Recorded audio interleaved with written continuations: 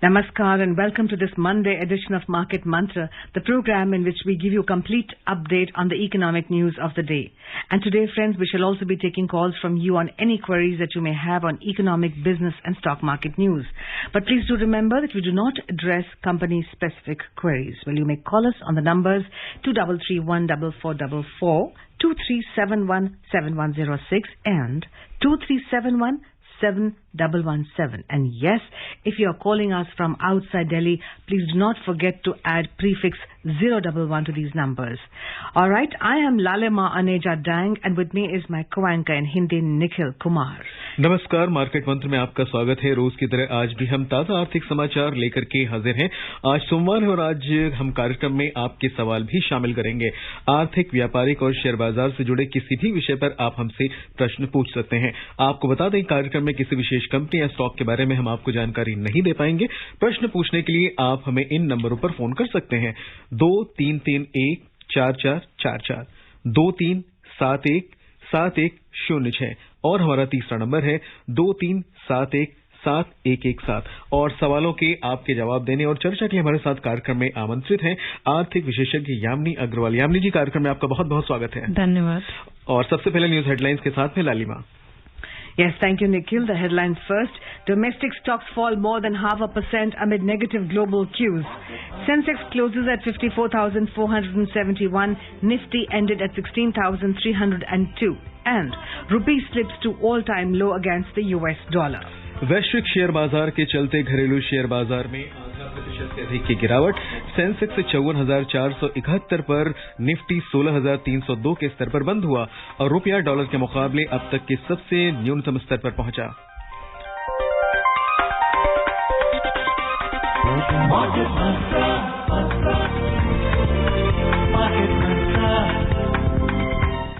शुरुआत करते हैं बॉम्बे स्टॉक एक्सचेंज के सेंसेक्स और निफ्टी में आज लगभग 0.5% से अधिक की गिरावट दर्ज की गई। वैश्विक बाजार में कमजोर रुख के कारण घरेलू शेयर बाजार में ये सुस्ती देखी गई। बॉम्बे स्टॉक एक्सचेंज का सेंसेक्स 54,500 अंक के स्तर के आसपास बंद हुआ और निफ्टी 16,300 अंक के नजदीक रहा। बंबई शेयर बाजार का संवेदी सूचकांक 0.67% की गिरावट से यानी कि 365 अंक नीचे आकर 54,471 पर बंद हुआ। नेशनल स्टॉक एक्सचेंज का निफ्टी भी 0.67% नीचे आकर 109 अंक की गिरावट के साथ 16,302 पर बंद हुआ। विस्तारित बाजार की बात करें तो बीएसई मिड कैप सूचकांक 1.89%, जबकि स्मॉल कैप सूचकांक 1.67% लुढ़क कर बंद हुआ।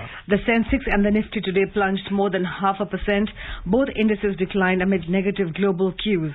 Sensex closed near 54,500 points, while the Nifty settled near 16,300 level. The Sensex tumbled 365 points or 0.67% to finish at 54,471, while Nifty fell 109 points or 0.67% to end at 16,302. In the broader market at the BSE, the mid-cap and the small-cap indices underperformed the Sensex.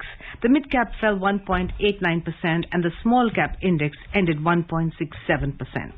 In the Sensex pack, 13 companies logged gains while 17 declined. Power Grid gained the most as it rose 2.8%, followed by HCL Tech, which added 2.4%. Infosys climbed 1.7% and Maruti ended 1.3% up.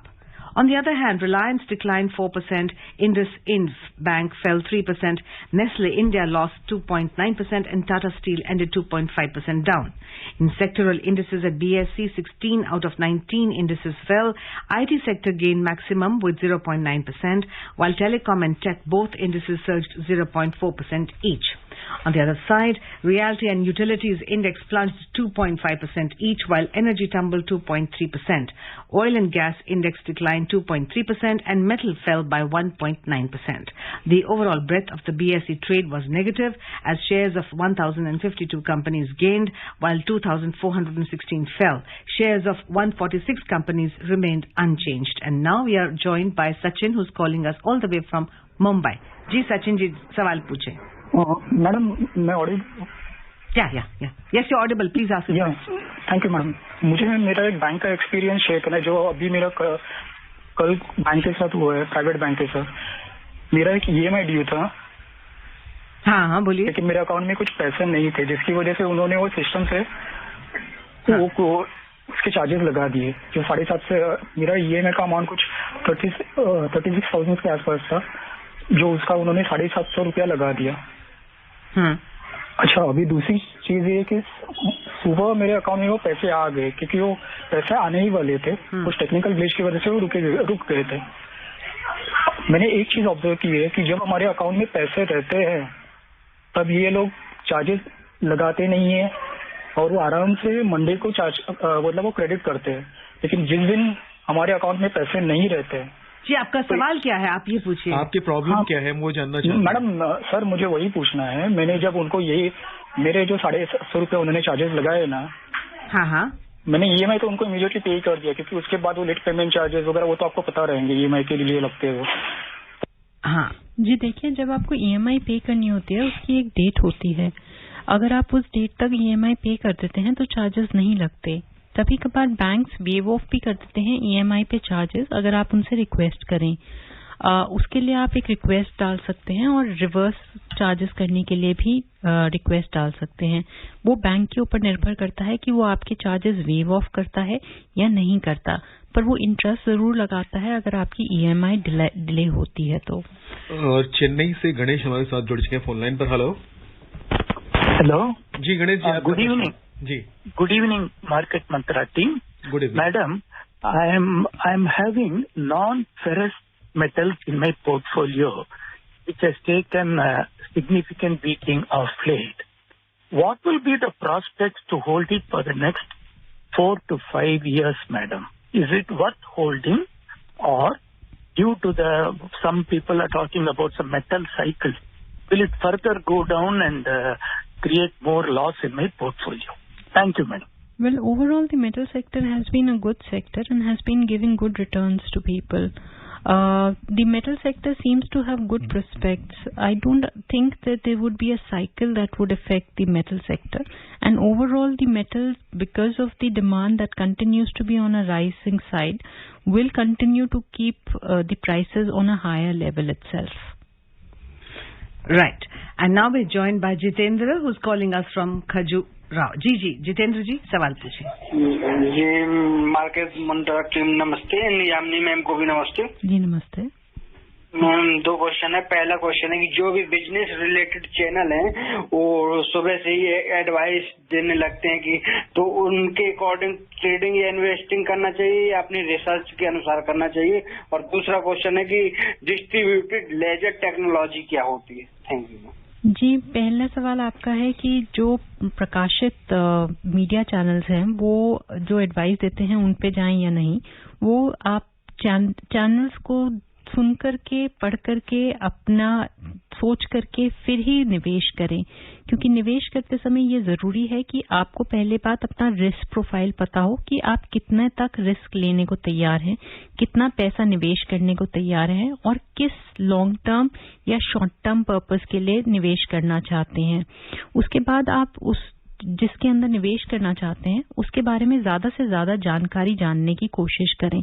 और trends देखने के लिए अगर आप प्रकाशित media channels पे देखेंगे और उनकी बात सुनेंगे तो आपको एक आइडिया लग जाता है कि वो किस तरह और क्या मूवमेंट कर रहे हैं।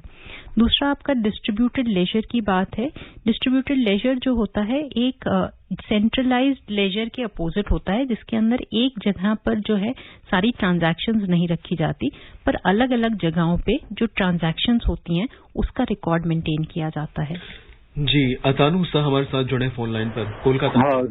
Hello, good evening ma'am. I am Atanu from Kolkata. My question is what role bank and asset management and overall insurance. Thank you. जी देखिए, बैंक्स का काम होता है डिपॉजिट और लेंडिंग करना। वो बाकी के कार्य भी कर सकते हैं, जैसे बैंक इंश्योरेंस बेचना है और पेंशन योजना आपको देना है पीपीएफ के माध्यम से या और किसी माध्यम से। जहां पर एसेट मैनेजमेंट आता है, एसेट मैनेजमेंट कंपनीज होती हैं जो प्राइमरीली आपके जो एसेट्स हैं, जो आपके जो भी आप खरीदेंगे स्टॉक मार्केट में बॉन्ड्स के माध्यम से, स्टॉक्स के माध्यम से या गवर्नमेंट सिक्योरिटीज के माध्यम से या गोल्ड के माध्यम से, वो आपको निवेश के बारे में बताते हैं और वो आपका निवेश मैनेज करते हैं। Next caller is Pankaj from Mumbai. Yes, Pankaj, please ask a question. Hi, good evening. I have two questions. One is, what are the chances of recession now? And if you are a long-term investor, so what should be the strategy now? Should we buy, sell, hold? Anything that we can do at the moment, because the markets are very uncertain now. As far as recession is concerned, it is difficult to say that recession would be there, because growth rate presently predicted is at least at about 8.2% by IMF for India. Also, there has been a corrective action that has been taken by the RBI to tackle the challenge of inflation, which is likely to contain the inflation within the targeted limits. At the same time, there is a huge amount of investment that is going on by the government in terms of the infrastructure and the overall development process. Reforms are also taking place at a fast pace, whether it is with respect to privatization, financial inclusion, digitalization, or overall development of the economy in different phases. So we don't see the possibility of a recession in India, and also many international organizations have rated India as one of the fastest growing economies. As for a long-term strategy, it is always good to pick up stocks on the basis of their quality, which means you understand their business, which is the core business, look at their growth, look at the industry growth, look at what is the potential management which is taking care of the business, and also identify the 5 key ratios which are important and see how their trend has been going on and what trend they are likely to follow in the near future. Also, because it has been a period of COVID, reserves and surpluses play an important role in the sustainability of the business, which is also one of the important parameters. So if you look at these parameters and then do a technical analysis also, that would help you in the long term. जी, मेरठ से हैं Virendra Sharma. Hello. जी वीरेंद्र, आपका प्रश्न क्या है? Sir, actually, one of the colleague just now asked about charges being levied by private bank. Ji. It's in continuation to that. I am also facing that problem. Actually, I have a credit card and a saving bank account, right? Mm-hmm. And due to some financial problem, I couldn't pay 2 of the EMIs. Mm-hmm. But just to my utter surprise, my saving bank account has been debited by that amount, which was due for credit card payment, which I never had instructed my saving bank account to get that amount credited or debited. And now my saving bank account shows negative balance. Okay, so yeah. The saving bank account should not show a negative balance. It can only show a zero balance. That is, their negative balance must be because of minimum charges they might have put on your savings bank account. So they can't credit more than what is there in the savings bank account. Most of the time when credit cards are given, your savings bank account is linked to it. So if you don't make a payment within a specified period of time, they would actually have the possibility of bringing about auto debits. So please check your savings bank account.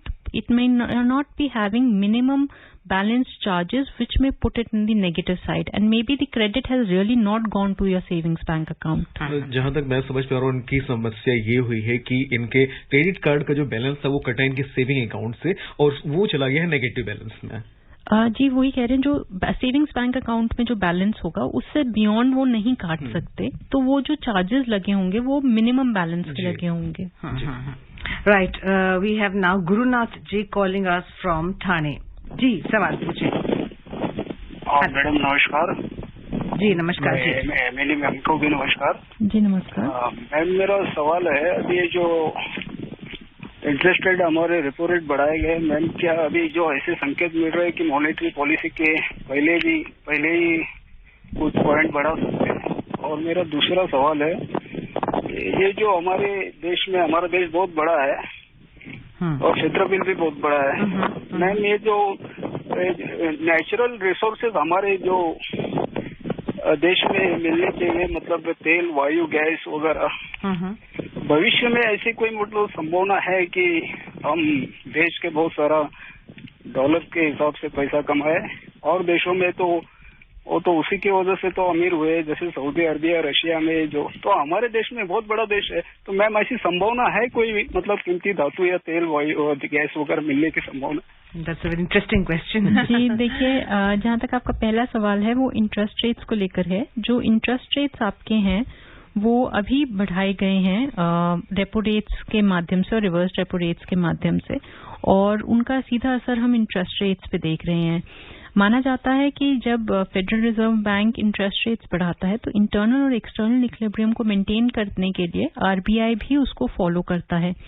जहां पे RBI का challenge अभी ये रहा है कि inflation rates काफी high हैं और 6.95% पे पहुंच गए थे और डब्ल्यूपीआई भी डबल डिजिट में था, इसलिए ये रेपो रेट्स जो है माना जा रहा है बढ़ाना जरूरी था। जहां तक आगे आने वाली मॉनेटरी पॉलिसी है उस पर निर्भर करेगा कि एक फेड की क्या रिस्पांस रहता है, क्योंकि फेड ने भी अपने इंटरेस्ट रेट्स बढ़ाए हैं। आगे चल के वो कैसे बढ़ाता है और माहौल कैसा रहता है इन्फ्लेशन का, खासतौर पे क्योंकि क्रूड ऑयल प्राइसेस काफी हद तक हार्डन की हैं, जिसकी वजह से जो है इन्फ्लेशन इंपोर्ट किया जा रहा है और जिसके तहत सेंट्रल बैंक्स पे सिर्फ हमारे देश में नहीं पर बाकी देशों में भी काफी प्रेशर रहा है कि वो अकोमोडेटिव स्टांस से न्यूट्रल स्टांस पे आए। जहां तक नेचुरल रिसोर्सेज की बात है, अगर आपने देखा हो तो एक्सपोर्ट्स में हमने अभी माइलस्टोन किया है 400 बिलियन मार्क टच करके, और जो है हमने सर्विसेज सेक्टर में भी 250 बिलियन मार्क टच किया है। तो जो हमारे एक्सपोर्ट्स हैं वो जेम्स, ज्वेलरी और भी बहुत सारे आइटम्स हैं जिसके अंदर हम एक्सपोर्ट्स करते हैं, तो वो भी हमारे नेचुरल रिसोर्सेज में काउंट होते हैं। सिमिलरली जो हमारे एग्रीकल्चर प्रोड्यूसर्स हैं या और जो एक्सपोर्ट के आइटम्स हैं वो सभी एक काफी अच्छा जरिया होता है डॉलर पेमेंट्स कमाने के लिए। सरकार की काफी हद तक कोशिश रही है कि एक्सपोर्ट्स को बढ़ाया जाए और पूरी तरीके से उसको मदद दी जाए। पीआईएल स्कीम भी उसमें मदद पहुंचाएगी। जी, तरुण है देहरादून से। हेलो तरुण जी, आपका प्रश्न क्या है तरुण? Yes, my first question is the PE valuation of Nifty. What is the right PE valuation for Nifty given the current constituents of the Nifty? And since we have entered the rate hike cycle by RBI, so will that be derating the PE valuation? And what will be then the, if so, what will be the PE valuation in that case for FY23 and the corresponding levels for the Nifty? And second question is also linked to the rate hike cycle. Whether the rate hike cycle will help the better margin for the banks and the banking stock, given that in the next MPC meeting, the rate hike will also be there, and there will be another further hike for the CRR as well. So, what is the opinion on that? Thank you. Well, it's difficult to target a PE valuation, but it is believed that the valuations in the markets were already very high, and it is at the point where the corrections have taken place in the market. Again, the corrections have taken place because there have been rate hikes because of the Federal Reserve Bank, as well as there has been a rate hike by the RBI. Overall, valuations today, whether they are overvalued or undervalued, it may not be suggestive because the markets are very, very volatile. But a mark of about 55,000 is an overall valuation which the Nifty should, the Sensex should have, and close to about 16,500 to 17,000 is an overall valuation which Nifty should have.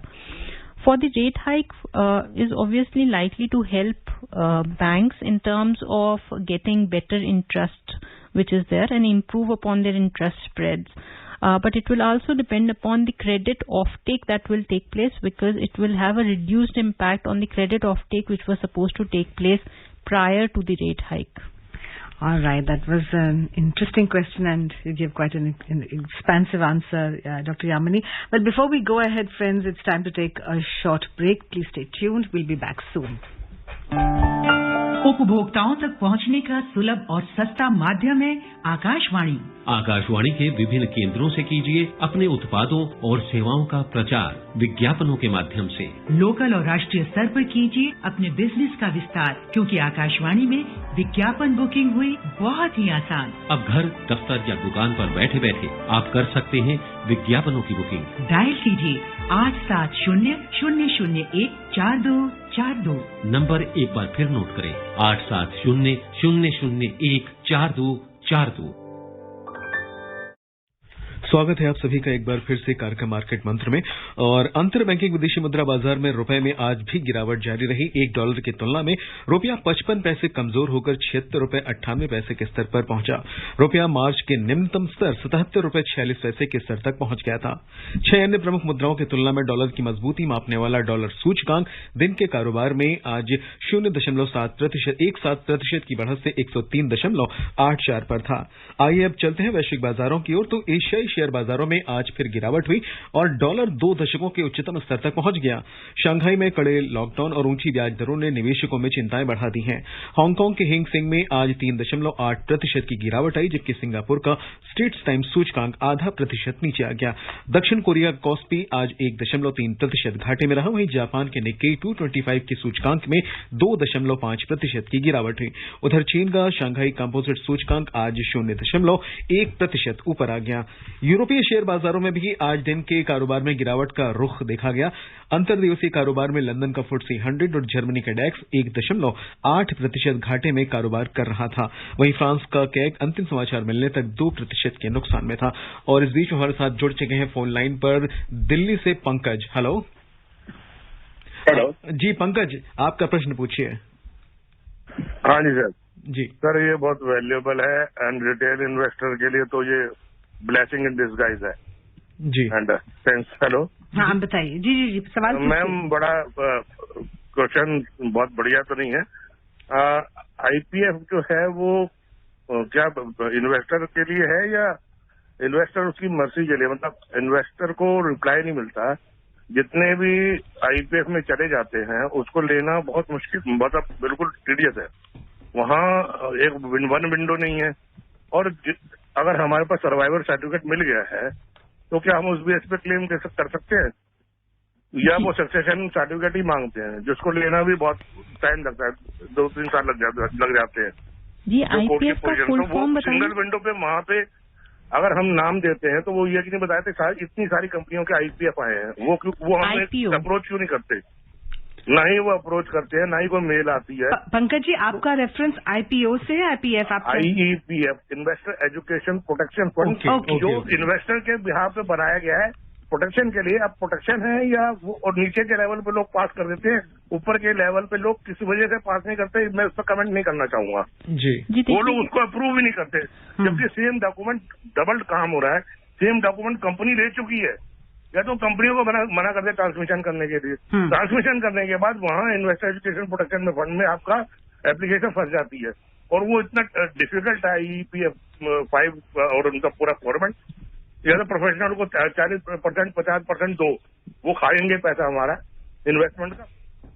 जी देखिए, जो investor protection fund है वो जैसे उसका नाम suggest करता है, वो इन्वेस्टर के प्रोटेक्शन के लिए ही है। कोशिश यही की जाती है कि अवेयरनेस के माध्यम से जो इन्वेस्टर्स हैं उनके राइट्स को प्रोटेक्ट किया जा सके, चाहे वो अनक्लेम्ड डिविडेंड्स को लेकर के हो या किसी और पर्टिकुलर इशू से रिलेटेड हो जो कंपनीज के रेफरेंस में हो। कोशिश यही की जाती है कि जो है सारे डॉक्यूमेंट्स जो है इन्वेस्टर प्रोटेक्शन के माध्यम से इन्वेस्टर से लिए जाएं और कंपनी से उसके ऊपर जो है जो भी रिक्वायर्ड एक्शन है उसको इनिशिएट कराया जाए, ताकि जो इन्वेस्टर है उसे उसका ड्यू मिल सके। एट द सेम टाइम अगर इन्वेस्टर को किसी भी तरह की शिकायत होती है उसके ऊपर भी वो कार्रवाई करता है। Alright. On the completion of 7 years of Pradhan Mantri Suraksha Bima Yojana, Pradhan Mantri Jeevan Jyoti Bima Yojana and Atal Pension Yojana, Finance Minister Nirmala Sitharaman has said that the 3 Jan Suraksha schemes have brought insurance and pension within the reach of the common man. She said the number of people enrolled and benefited from the schemes over the last 7 years is a testimony to the success of the schemes. Minister of State for Finance Dr. Bhagwat Karad congratulated all banks and insurance companies for successful implementation of these schemes and requested them to continue working with same zeal and dedication till the last person is recovered. And now we're joined by Pranab. Pranab is calling us from Kolkata. Ji, sawal puchein. Yes, you may ask a question. Yes, Pranab ji, please ask a question. Yes. Yeah. I have a Demat account with my wife as joint holder, and I want to have the Demat account in my name with my wife as a nominee, and I want her to have a new Demat account. What steps are necessary? You just have to speak to a stockbroker and ask him to open your Demat account, or you go to a bank and you open an account, a new account with it. The joint account can be held by both of you only, not by one person. MC Sharma is there with us, calling us from Delhi. Ji, hello. Hello madam नमस्कार, मैं शर्मा बोल रहा था दिल्ली से। हाँ जी, बोलिए, सवाल पूछिए। मेरा सवाल ये है कि मैंने ये यूटीआई में रिटायरमेंट पेंशन प्लान में इन्वेस्ट किया हुआ है और फ्रैंकलिन में भी रिटायरमेंट प्लान में इन्वेस्ट किया हुआ है। अब मैं 70 इयर्स हो गया हूँ। अब मैं यदि विड्रॉ करता हूँ तो उस पर लॉन्ग टर्म कैपिटल गेन कैसे लगेगा?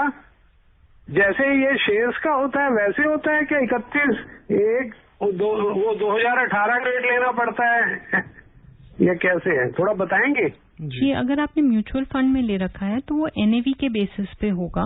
अगर आपने जो एनएवी जो भी एनएवी आपका सेलिंग के टाइम पे होगा और जो आपका खरीदने के टाइम पे होगा, उसके डिफरेंस पे आपको एलटीसीजी में लगेगा। A look at the oil prices. Well, oil prices today slipped alongside equities and weighed down by a strong dollar and demand concerns on the back of continued coronavirus lockdowns in China. In intraday trade, Brent crude was trading around $109.88 per barrel, while WTI crude prices were at $107.12 per barrel. Multi commodity exchange में जून में आपूर्ति वाले सोने का मूल्य 173 रुपए की गिरावट के साथ 51,170 रुपए प्रति 10 ग्राम पर रहा। वहीं चांदी जुलाई के वायदा कारोबार में 1,136 रुपए लुढ़ककर 61,412 रुपए प्रति किलोग्राम के स्तर पर रही। वैश्विक बाजारों में न्यूयॉर्क मर्केंटाइल एक्सचेंज में सोना सुस्ती के साथ $1,860.80 प्रति ऑन्स के स्तर पर रहा, जबकि चांदी भी आज दिन के कारोबार में घटकर $21.86 प्रति ऑन्स के स्तर पर चल रही थी। इस बीच में हमारे साथ में नवनीत जुड़ चुके हैं फोन लाइन पर, उनसे बात करते हैं। हेलो नवनीत। नवनीत, प्लीज आपका प्रश्न पूछिए। Good evening everyone. एक और बैंकिंग क्वेश्चन है। If RBI says exchange rate is 76 to $1 and the bank transfers your inward remittance to ₹1 less, is that a questionable amount? Because that's, if it's talking about $10,000, then it's a fair amount. Second is an observation that in all our financial magazines or articles and finance ministry or whoever, when they talk about our targets and numbers, then quickly please, we are short of time. The crores and trillions get mixed up. Okay, fine. ये first question आपका exchange rate को है। वो जो rate आपको मिलता है वो होलसेल रेट है वर्सेस रिटेल रेट, तो उन दोनों में डिफरेंस आता है और इसलिए आपको डिफरेंस मिलेगा उसके अंदर। और जहाँ पे करोर्स वर्सेस ट्रिलियंस है वो आपको अकाउंटिंग नंबरिंग की डिफरेंस है जो आपको मिलता है रुपी वर्सेस डॉलर्स के अंदर जो आपको मिलेगा। जी यामिनी जी, इस कार्यक्रम में शामिल होने के लिए, हमारे श्रोताओं के सवालों का जवाब देने के लिए आपका बहुत बहुत धन्यवाद। जी धन्यवाद। और चलते चलते एक बार फिर नजर डालते हैं मुख्य समाचारों पर। वैश्विक शेयर बाजार के चलते घरेलू शेयर बाजार में 0.5% से अधिक की गिरावट। सेंसेक्स 54,471 और निफ्टी 16,302 के स्तर पर बंद हुआ और रुपया डॉलर के मुकाबले अब तक के सबसे न्यूनतम स्तर पर पहुंचा। Domestic stock fall more than 0.5% amid negative global cues. Sensex closes at 54,471. Nifty ended at 16,302 and rupee slips to an all-time low against the US dollar. That's all we have for you in this edition of Market Mantra. This is Lalima Nijadang and Nikhil Kumar saying Namaskar. Namaskar. Market Mantra.